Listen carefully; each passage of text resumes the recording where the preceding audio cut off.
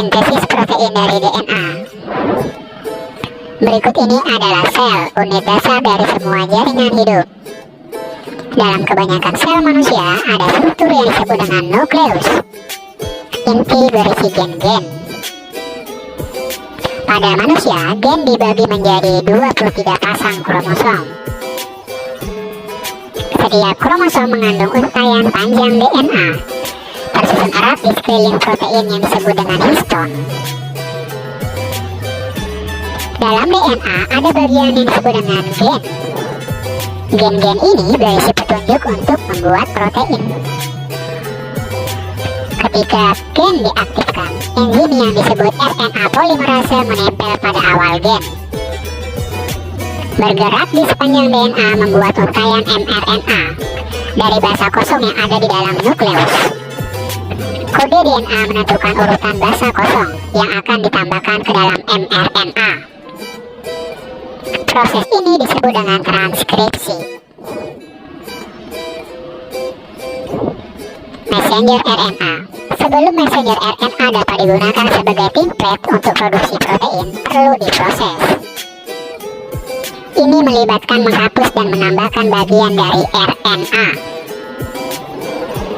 mRNA kemudian bergerak keluar dari inti sel menuju ke bagian sitoplasma.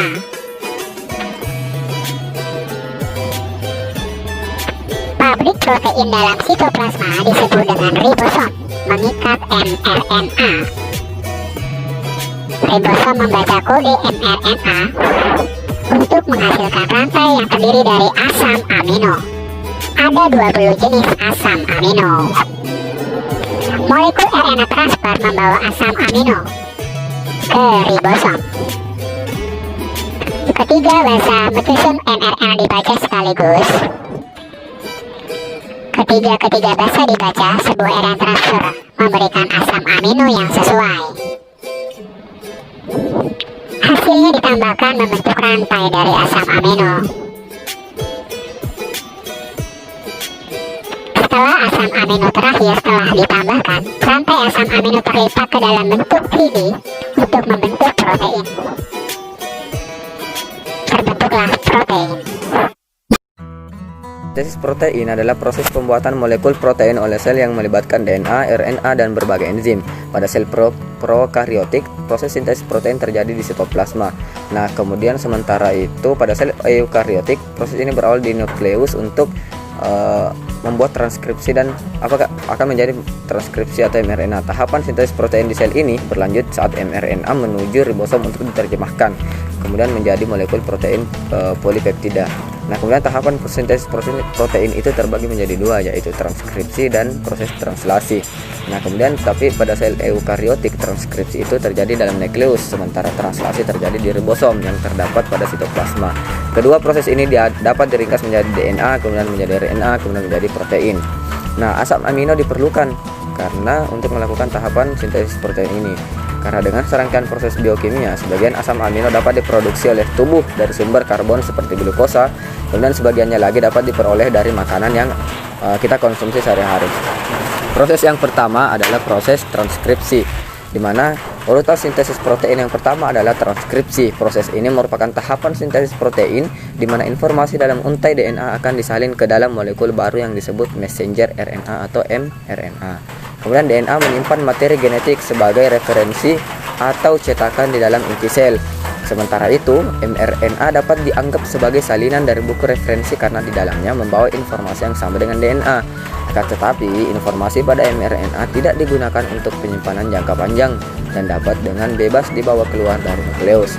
Selain itu, meskipun mRNA mengandung informasi yang sama, ini bukanlah salinan identik dari segmen DNA karena urutannya melengkapi template dari DNA.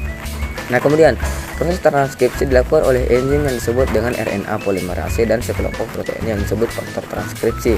Faktor transkripsi dapat mengikat sekuens DNA spesifik yang disebut sequence enhancer atau penambah dan promotor untuk merekrut RNA polimerase ke lokasi transkripsi yang sesuai.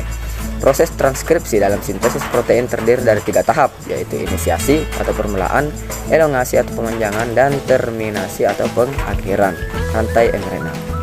Yang pertama, inisiasi. Faktor transkripsi dan RNA polimerase bersama-sama membentuk kompleks inisiasi transkripsi.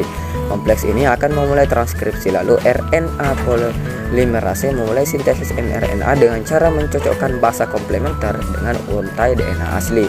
Kemudian yang kedua, elongasi. Pada proses elongasi, RNA bergerak di sepanjang DNA dan membuka pilihan helix ganda DNA sehingga molekul RNA yang memanjang terbentuk. Yang ketiga, terminasi. Proses transkripsi akan berlangsung hingga RNA polimerase mentranskripsi sebuah urutan DNA yang disebut dengan terminator. Ini adalah suatu urutan yang berfungsi sebagai sinyal agar proses transkripsi dihentikan. Setelah untai mRNA benar-benar selesai disintesis, maka transkripsi dihentikan dan mRNA akan terpisah dari cetakan DNA. Salinan mRNA gen yang baru terbentuk akan meninggalkan nukleus dan berfungsi sebagai cetak biru untuk sintesis protein selama proses translasi. Nah, proses yang kedua adalah proses translasi. Urutan sintesis protein selanjutnya adalah translasi, yakni proses sintesis protein dari informasi yang terkandung dalam molekul mRNA selama proses translasi. Urutan mRNA dibaca menggunakan kode genetik. Kode genetik tersebut merupakan seperangkat aturan yang menentukan bagaimana urutan mRNA diterjemahkan ke dalam 20 huruf kode asam amino. Molekul asam amino inilah yang akan menjadi bahan sintesis protein. Kode genetik terdiri dari satu set kombinasi 3 huruf nukleotida yang disebut kodon. Setiap masing-masing kodon akan berkorespondensi dengan jenis asam amino tertentu atau dengan sinyal stop atau berhenti di akhir proses. Proses translasi akan terjadi dalam ribosom yang berperan sebagai pabrik untuk sintesis protein. Ribosom memiliki subunit kecil dan besar serta merupakan molekul kompleks yang terdiri dari beberapa molekul RNA, ribosom, dan sejumlah protein. Sama halnya dengan transkripsi, tahapan translasi juga terdiri dari tahap inisiasi, elongasi, dan terminasi. Di tahap inisiasi, subunit ribosom kecil akan mengikat awal urutan mRNA, kemudian molekul RNA transfer atau tRNA yang membawa asam amino metionin berikatan dengan kodon awal dari sekuens mRNA. Kodon awal di semua molekul mRNA memiliki sekuens AUG dan kode untuk metionin. Subunit ribosom besar mengikat untuk mulai membentuk kompleks inisiasi lengkap. Pertama, elongasi. Yang kedua, elongasi. Tahap pemanjangan. Ribosom akan terus-menerus menerjemahkan setiap kodon secara bergantian. Asam amino yang sesuai akan ditambahkan ke rantai yang memanjang dan dihubungkan melalui ikatan peptida. Pemanjangan berlanjut sampai semua kodon terbaca. Dan tahap yang terakhir adalah terminasi. Setelah ribosom mencapai kodon terakhir atau kodon stop yang berfungsi sebagai sinyal berhenti seperti UAA, UAG, dan UGA, maka terjadi terminasi. Hal ini dikarenakan tidak ada molekul tRNA yang dapat mengenali kodon ini, dan ribosom akan menghentikan proses translasi. Itulah urutan tahapan sintesis protein pada nukleus dan ribosom. Protein baru yang terbentuk setelah proses translasi kemudian dilepaskan ke kompleks translasi terpisah.